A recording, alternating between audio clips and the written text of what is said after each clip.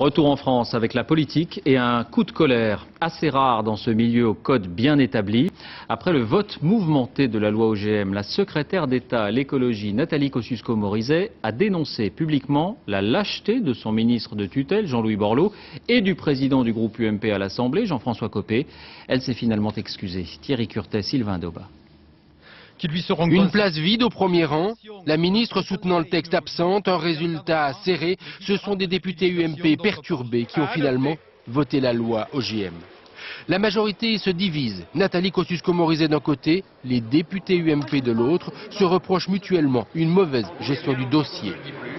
Jean-François Copé essaye de dériver l'attention pour faire oublier des responsabilités qui sont les siennes dans les difficultés qu'il a eues à la tête du groupe de mettre en musique ce débat et de préparer sereinement le vote de la loi sur les OGM. Et dans le journal Le Monde d'aujourd'hui, elle relève un concours de lâcheté. Elle ne s'est pas sentie soutenue tout au long de ce débat, affirme-t-elle. Les députés de la majorité, eux, se sont sentis insultés.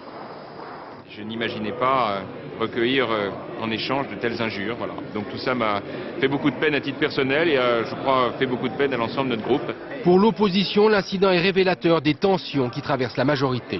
Nous sommes rentrés depuis les municipales dans une situation de crise de la majorité. Ce n'était pas visible. Depuis hier, ce l'est totalement. Et il a fallu l'intervention musclée du Premier ministre pour calmer les esprits. L'incident avec Nathalie Kosciusko-Morizet est clos, puisqu'elle a présenté ses excuses, à la fois à Jean-Louis Borloo, à Jean-François Copé. Il n'empêche que la secrétaire d'État est sanctionnée. Elle n'accompagnera pas le Premier ministre, chef de la majorité, qui part ce soir pour le Japon.